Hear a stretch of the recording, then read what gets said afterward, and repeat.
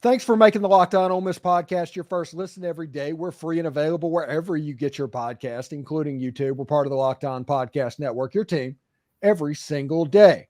And I am Stephen Willis from the Locked On Ole Miss podcast, here with Pratt Rogers for his weekly segment on all things Ole Miss. How you doing, Pratt?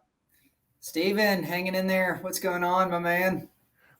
Not a whole bunch. This video is going to be airing. Just so everybody knows, we're recording this at about 6:15 Eastern, and this video is going to go live at about 7 Eastern. So this is about as current as you can get for people that complain about videos being pre-recorded from time to time.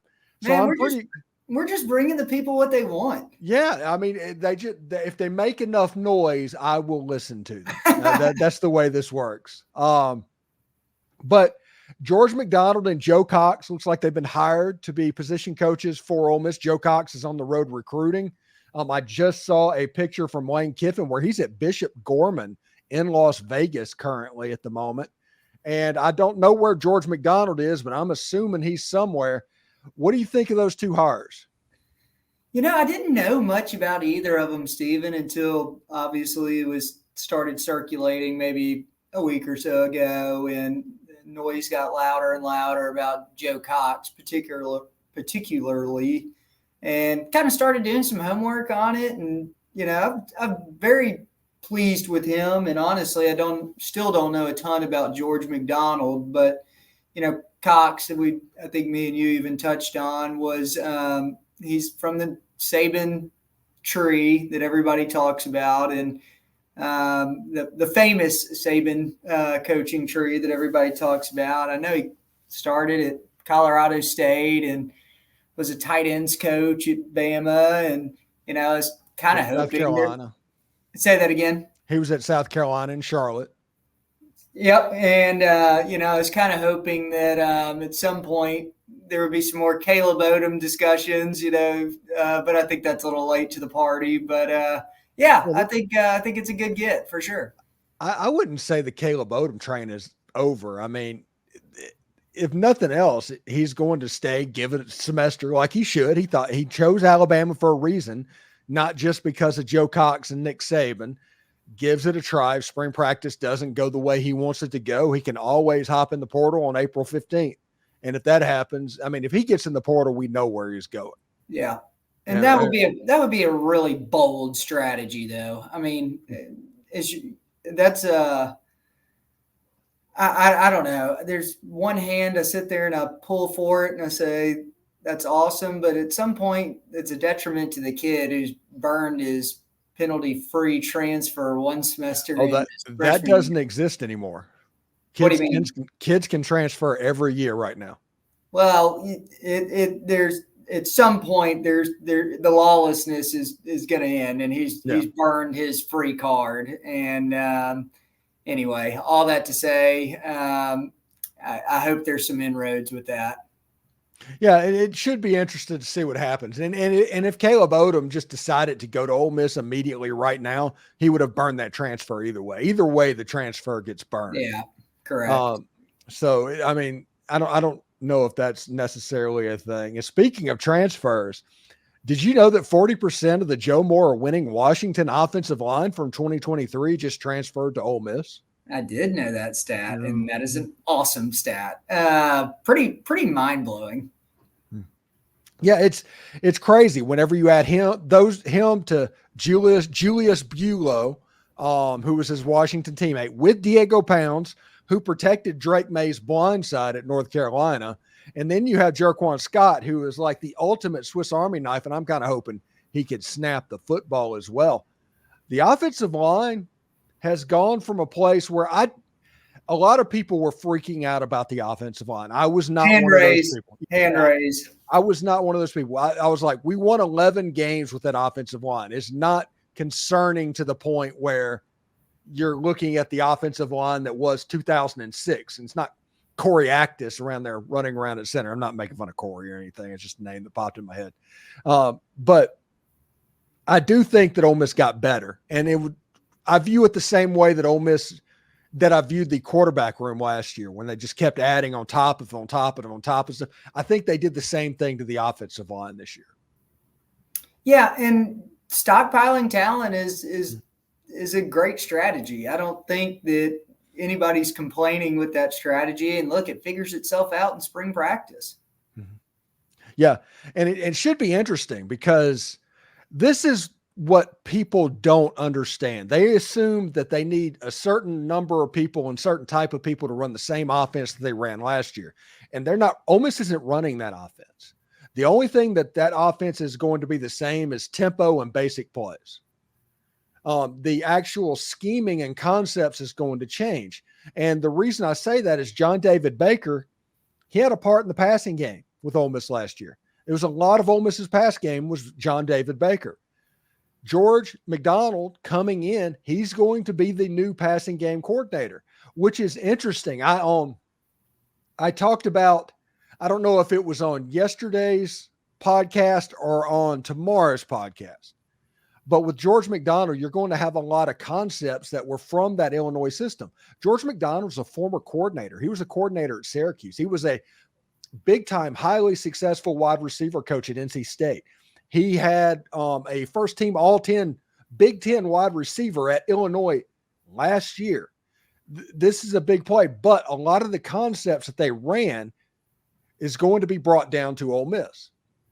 Well, oh, sorry, I didn't mean to cut you off. Go ahead. Yeah, it's going to be like whenever Jeff Lebby was the offensive coordinator, Ole Miss ran a lot of hitch patterns, just real quick patterns out to the wide receiver. And after Jeff Lebby left, so did that go. The offense didn't change. It was just the concepts that make the offense go changed a little bit. And the Illinois system that they ran, you're going to have a little bit about that. And what that is going to be, there's going to be a lot of jet sweeps. Sorry, there just is. That's just going to happen. But there's also going to be a lot of mesh concepts. And 5 yards in front and behind the line of scrimmage, you're going to see crossers and moving vertically or horizontally across the field to get people to move. That's going to open up gaps in the run game and also to hit seams to Trey Harris, Caden Prescorn, and Juice Wells. Yeah, I think it's going to be a complementary idea with what Charlie Weiss does, because it's not, you don't need to have the same concepts in both co-offensive coordinators. You want them to be just different enough, but also complement themselves, and we'll see how that goes. Well, look, speaking of all those routes we were discussing to tie it into Ole Miss, people forget that Luke Altmaier is on that team, and he's a fighting Illini, and that kind of complements his skill set well, I think, too. So, I mean, coaching your players, I think, is great. And look, I'm excited about George McDonald. I think it'll be a good fit. And anyway, yeah, I think I'm kind of ready to see what he can do on the recruiting trail too. Yeah, and I have it from a pretty good source right now that Kelvin Bolden's not going anywhere. He's going to be fine. So whatever you lost with Derek Nix, you're going to have with Kelvin Bolden. Plus you have Pete Golding. Plus you have Brian Brown coming back. Ole Miss is going to be fine inside the state of Mississippi. I'm a little surprised about Bolden. There was a lot of gossip that he had a position offer elsewhere. I don't know where elsewhere was, but to have some on-field coaching experience and stuff like that elsewhere. But so I think I got a little worried hearing that, because he's such an influential person in our program and so underrated too. I mean, I think he's finally getting some of the credit that he deserves, but I love Bolden, and I hope he keeps doing his thing at Ole Miss for a long time. Yeah, I don't think he's going anywhere on that. And my source on that is about as good of a source as you can have. Okay, well, good. You better not jinx it on the show today. All right. Oh, you can't jinx this. They can just change their mind or whatever. But as of right now, I mean, we're very good. And of course, we're at the point of the year where there's going to be a little bit of an assistant carousel that gets started because of the NFL jobs. The people are taking them. They're going to build those staffs. But there's not going to be too much. Now, I think Kelvin Bolden has a chance, and I think he would do a really good job in that Austin Thomas GM role. I don't know if that is his path. I think that he has a really good idea and an understanding about how things work on the recruiting side of the house and the stuff that made Austin Thomas so valuable. And I'm not going to get into it. It'd take 25 minutes of me on a podcast explaining about why what Austin Thomas did was valuable. But just trust me that he does. And Kelvin Bolden does a lot of those same things well. And I think that might be a good fit eventually. Yeah, I could see that for sure. And I would be totally fine with if he never got into like the on-field coaching role and went that route. I think that would honestly probably fit his skill set better. I would not disagree with that at all. Hey, like I said, if you want to do it, you want to do it. And people that get into coaching, get into it because there's nothing else they can do.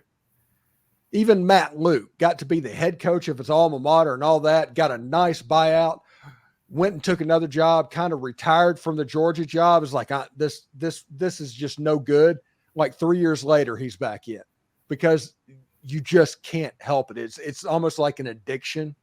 But it's interesting. Anyway, before we get out of here, what are some of the top pre-spring training, spring practice questions that you have about this Ole Miss football team? Great question. I think the very vogue question is backup QB. So getting to see who looks good in the spring game would be cool. A major question, I think, still would be running back. Health of Logan Diggs, kind of where he is in his progress over the next few months before Grove Bowl, stuff like that. And then a lot of new faces in the defensive secondary I'd be interested to see. Those would probably be my top three. Hey, if spring practice was going on today, what would I kind of be wanting to keep my eye on and pay attention to that would be a gauge for the success of the season? And I think those would be my three things. What about you? It's crazy. Well, mine, everybody's going to have to wait until tomorrow's podcast where I give a nice top 5 of questions, storylines on the team. I would like to see the Austin Simmons and Walker Howard. I want to see them. We're like 5 weeks away from spring practice starting. Well, look, we were talking about Austin Simmons and Walker Howard. Obviously, I don't think that's necessarily a trajectory for the season, but it's pretty vital for the future of the program. And I would love to see that from that perspective, not necessarily if Dart goes down, who goes in first.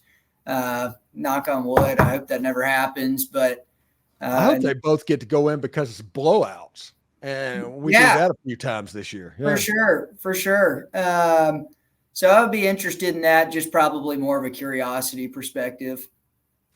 Yeah, really interesting stuff. I will give it away. I think that the number one question for Ole Miss going into this spring is Jackson Dart elevating his game because he needs to make a jump similar to what he made last year when he went from a first-year to a second-year quarterback.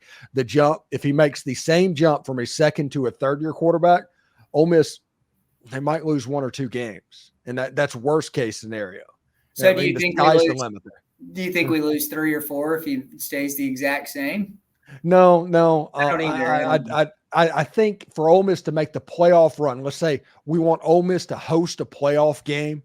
I think that is the need for Jackson Dart to take that next step. I think if Jackson Dart doesn't do anything any differently than he did this year, Ole Miss can make the playoff.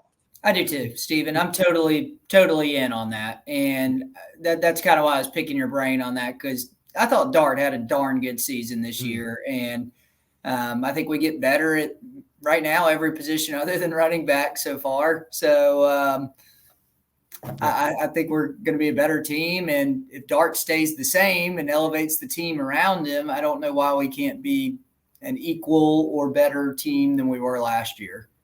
Well, wins loss wise. Go ahead. Yeah. This is what everybody needs to understand. Lane Kiffin understands what his team has, and he's trying to put them in the best position to win right now. I think it is not out of the realm of possibility that there's a jump like what LSU did with Joe Burrow in 2019. I'm not saying they're going to be the best offense of all time. I'm talking about just the jump from 2018 to 2019.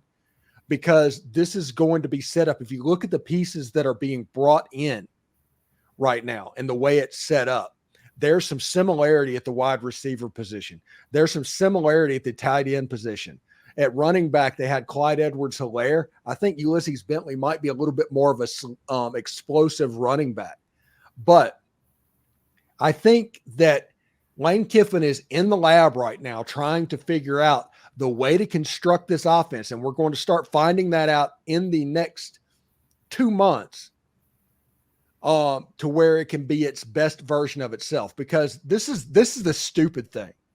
With this defense, they may only need to score 17 points a game. And if it comes down to that, we're in a great position. Yeah. I mean, that would be that's putting a lot of stock in our defense, honestly, Stephen. I mean, that would be a very dirty defense. And I'm not saying we can't be that. But we were only giving up 24 this year. That seems, I mean, I wouldn't have guessed that, to be honest. I probably would have guessed 28, 29, somewhere in there. The problem is Georgia and LSU completely ran them out of the gym. Yeah. But outside of that, think back of the scores in the games outside of that. Nobody, nobody we did scored have some very points. lopsided games. I mean, like Mercer was obviously just so low scoring. Georgia was so high scoring. That's just, it's kind of a weird way to look at the season, honestly. We did have a lot of lopsided games. Pete Golding owned mid to bad defenses. Just owned them. I mean, bad offenses. Offenses, yeah. Yeah. If you had trouble scoring the ball, he was about to work you. You had to have experienced athletes to force Ole Miss to try and man up to stop the run game and be balanced. What LSU and Georgia was able to do because of different reasons. And also in the second half, Bobby Petrino got a little bit in his bag for A&M as well. But you were able to match up then and make the defense hurt a little bit. If you couldn't do that, they just worked you. Ask Penn State about it. Penn State looked terrible. They were 2 lucky passes to a tight end over the middle from being just absolutely embarrassed. Lucky is very generous of you to call it that. That was probably a godsend is what I'd call it. But go ahead. Yeah. Yeah, absolutely. They just weren't very good offensively. And it was Pete Golding just sitting over there. I just picture him like doing whatever Montgomery Barnes from The Simpsons. Excellent. Every time he lined up. And I think with the defensive line and the trench work to be able to match up to where you're not going to get outmatched by LSU and Georgia in 2024. That's not going to happen. So if that happens, you don't have to cover as long. Everything opens up. The defense is going to be much more effective just because. And with the offense that last year, that wasn't as good as this year, but last year averaged 34 points a game, there's a chance they could average 40, 45 points a game. Golly. Give up 17 points a game. And everybody's like, what is going on here? That would be quite the leap. I mean, that's what I think you're referencing when you say the Jackson Dart leap. I mean, to be hanging 44 is a lot. But I'm not putting it out of the realm of possibility, but that would be a heck of a season. Yeah, the LSU game is going to be nuts. Everybody needs to prepare themselves right now. And it's not even a talent thing because Ole Miss is probably going to walk into Tiger Stadium with more talent than LSU for the first time probably ever. And I mean, at least since the 60s. And every time Ole Miss has walked into that stadium undefeated, they've come out with a loss. Don't say that, man. We're too early in the season to be talking about that. Yeah. You got to talk about it, man. You can't be afraid to talk about it. I'm definitely afraid to talk about it. Yeah, if you get afraid, it turns into a jinx. It turns into a self-made prophet, self-fulfilling prophecy. Okay. But you need to understand that that is the game where Jackson Dart needs to take the lead. That's the point of what I'm saying. That environment. Because against Georgia, he actually played pretty well. And that Georgia game last year was pretty nuts. I think he should have slid a little bit and tried to take on people he had no business doing. But he played pretty well until his offensive line just got absolutely decimated. Well, look, I think Dart will have a chip on his shoulder that LSU game last time we played in Baton Rouge. That was probably one of his poorer performances in an Ole Miss uniform. So I think he'll be ready to go for sure. and potentially a low key, great looking uniform. Ole Miss won the last time they were in Tiger Stadium. The white helmets, red jersey, white pants. Yeah, I did remember that one. Yeah. Oh my goodness. Too. That is amazing. And believe it or not, I think I've seen that one before because Ole Miss wore that against South Carolina when Matt Luke was the coach. Okay. I don't remember that, but I believe you. No, yeah. I love the red and white combos. And I feel like what we've gotten away from, we used to have a primary dark blue. Like I feel like during the Treadwell era, and I hadn't seen us pull out. Talking about the white and blue, white and navy. Yeah. That was the Jeff Scott Vandy uniform. Yeah, maybe so. Yeah. Also, last time they beat Texas, they were wearing a navy helmet and the navy blue jersey with the navy blue stripes. I hadn't seen that one in a while. That one probably needs to get recirculated. I want a powder jersey. I want powder stripes and powder numbers. I'm all about it. I mean, wear the same thing you wore at the Peach Bowl with that powder jersey. That would be amazing with the powder. We're getting Tyler Jordan on the podcast to talk about some powder blue camo. You know, I know there's regulations on it, but the Realtree helmet is sick. And if there's any way we could incorporate something like that, it's going to change this year. No, in a positive or negative way. What do you mean? It's just going to change. The whole plan on the Realtree thing was have a helmet for 2 years and then have another helmet for 2 years and then have another helmet. Now, I have no idea what it looks like, and I have not been privy to any of that. But if you look at what they did in signing day, if you go back to it, they had a very Realtree heavy signing day. Yeah. And it was red camouflage. Yeah. That's very astute of you, Stephen. I know exactly the graphics you're talking about on Twitter and all that. Yeah. I like that though. I love the Wave 3 deal, but I think I'd like the red. I'd probably have to get used to it, but I think I like the red. Yeah. I'm looking forward to whatever they do. I would bet that it would come out for Georgia. That would be pretty dope. I would like that. I would like it. That's what I think is going to happen. Is either going to be that. I wish they would wear like an all powder. Just go ahead and get powder pants and just go all powder. I think that would look amazing too. I always had a soft spot for the grays too, the gray pants. I know that's never coming back. Hey, if Ole Miss want it to be cool, let's say Ole Miss is undefeated going into the Georgia game. Let's say they're 9-0 going into that game. Okay. That place, they would burn it to the ground if Ole Miss came out in gray pants, red jerseys, and a powder helmet with numbers on the side. That would be so awesome. They would burn that place to the ground. How do we get Lane Kiffin on here to let him know that? Because I totally agree. That would be awesome. Yeah, if you're in a situation to where that game is literally for all the marbles and everything's there, and you come out in the same thing that Johnny Vaught used to come out of the tunnel in 1959, that would be awesome. That place would go absolutely nuts. You want to talk about a return to glory? There it is. That would be awesome. Look, you want to talk about getting your hopes up. I mean, I'm kind of all in on that now, Steven. That's awesome.